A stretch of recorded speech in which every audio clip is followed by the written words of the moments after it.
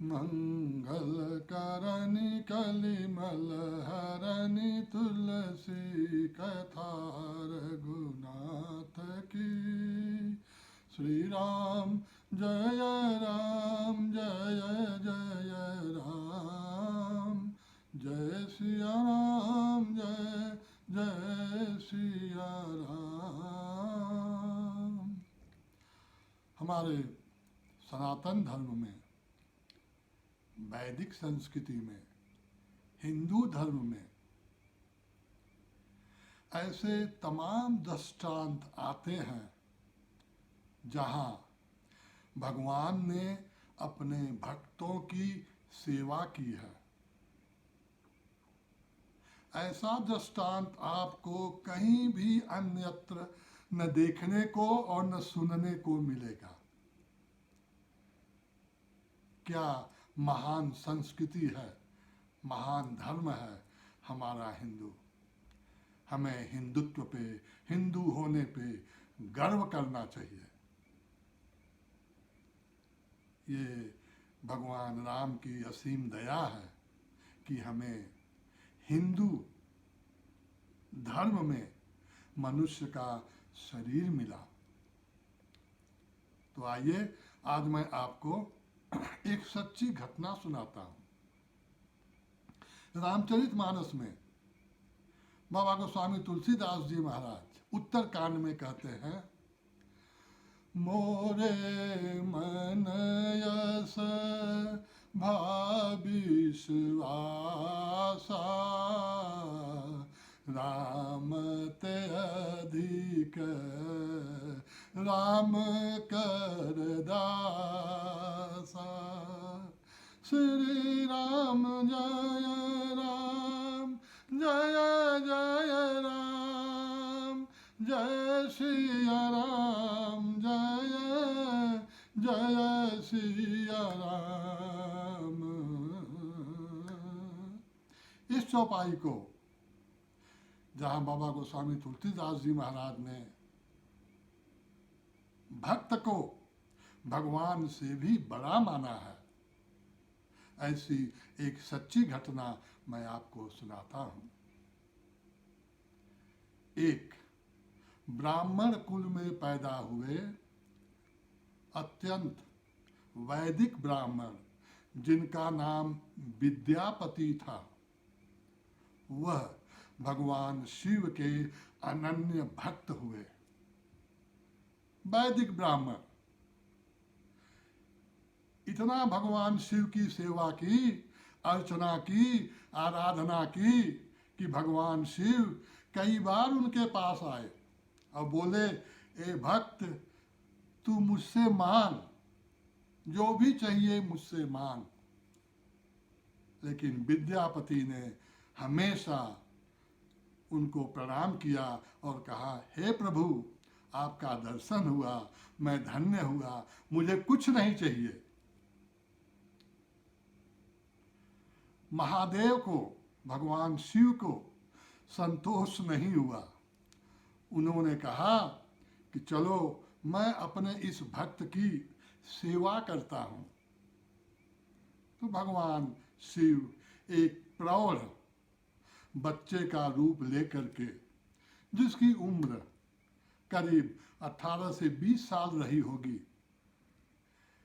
विद्यापति के घर पर आते हैं और विद्यापति जी से प्रार्थना करते हैं कि हे भगवान, हे प्रभु, आप मुझे अपना दास बनाइए, मुझे अपना नौकर बनाइए, मुझे आपकी सेवा करनी है। तो विद्यापति ने कहा कि हम ब्राह्मण ठहरे, हमारे पास विशेष द्रव्य नहीं है कि हम तुमको कुछ भी रुपया पैसा दे सकें। तो इस दास ने विद्यापति जी से प्रार्थना की कि हे प्रभु, मुझे केवल आपकी सेवा करनी है और कुछ नहीं चाहिए, मुझे केवल 2 समय का भोजन दे दिया करिएगा। किसी तरह से विद्यापति मान गए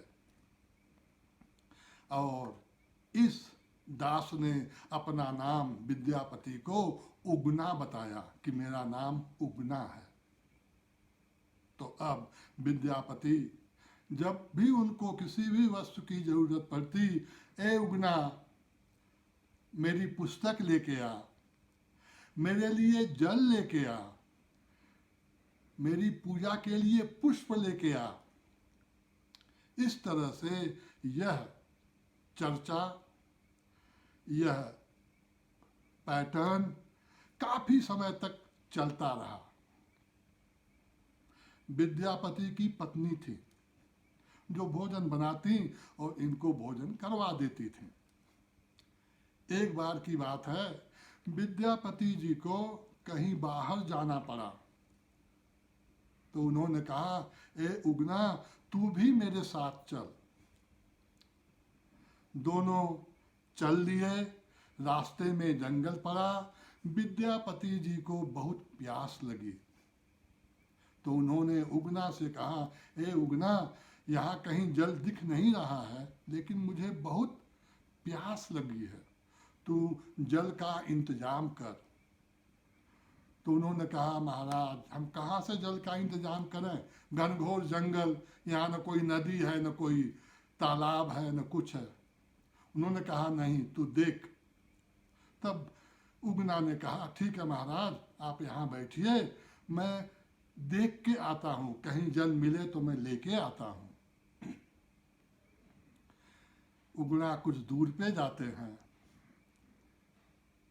और भगवान शिव की जटा में जहाँ गंगा जी समाई है, उनको जल की कहाँ कमी है। उन्होंने लोटे में अपने जटा से जल लिया और ले आकर के विद्यापति जी को अर्पित किया। विद्यापति जी ने जलपान किया। वाह! विद्यापति ने कहा, ए उगना ऐसा जल मैंने कभी नहीं पिया है, ये जल तू कहाँ से लाया, मुझे वहां ले चल, मुझे देखना है। भगवान शिव कुछ समय के लिए यह टालते रहे, लेकिन अंततोगत्वा जब विद्यापति जी ने बहुत ही दबाव डाला तो भगवान शिव ने जो उगना के रूप में थे अपना रूप प्रकट किया। विद्यापति जी ने उनको प्रणाम किया। फिर उनकी और उगना की वार्तालाप हुई। उगना ने कहा कि हे प्रभु, आपने मुझे देख लिया है कि मैं शिव हूं, लेकिन आप कभी भी किसी से भी मेरे इस रूप के विषय में चर्चा नहीं करेंगे। जिस दिन आपने मेरे इस रूप के विषय में किसी को भी बताया तो मैं उसी समय अंतर्ध्यान हो जाऊंगा। उन्होंने कहा, ठीक है मैं बात अपने तक रखूंगा। यात्रा करके घर पे आए। अब विद्यापति जी को साक्षात भगवान शिव उनके यहाँ नौकर के रूप में विराजमान है। बहुत ही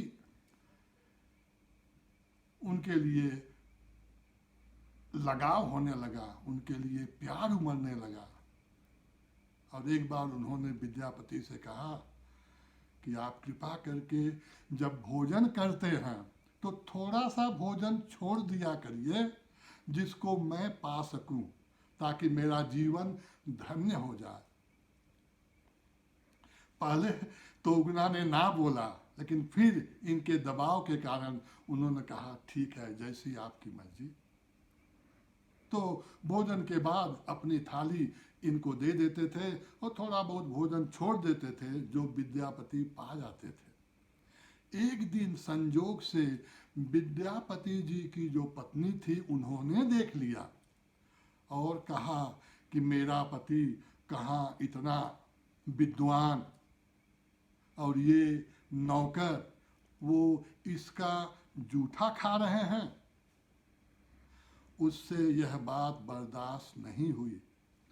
उन्होंने, उनकी पत्नी ने उगना को बुलाया, एक डंडा मंगाया और उस डंडे से एक बार नहीं 3 बार उगना के सर पे मारा कि तेरी इतनी बड़ी हिम्मत कि तू अपना जूठा मेरे पति को खिलावे। विद्यापति जी से नहीं रहा गया और उन्होंने कहा, रोक, थाम, जिसकी तू पूजा सेवा अर्चना दिन रात करती है उसके ऊपर तू डंडा बरसा रही है। इतना सुनना था कि उगना अंतर्ध्यान हो गए। इसके बाद विद्यापति जी घर बार सब कुछ छोड़ करके जंगल में चले गए, तपस्या में रहे।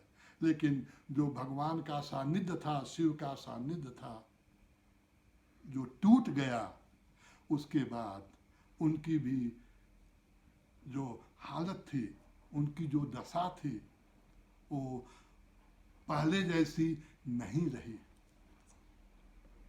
तो मेरे कहने का अर्थ यही था कि आप अगर भगवान के अनन्य भक्त हैं, अनन्य का अर्थ यह होता है कि उनके सिवाय आपको कोई दूसरा और नहीं दिखे, तो भगवान आपके यहाँ दास भी बनने के लिए तैयार हैं।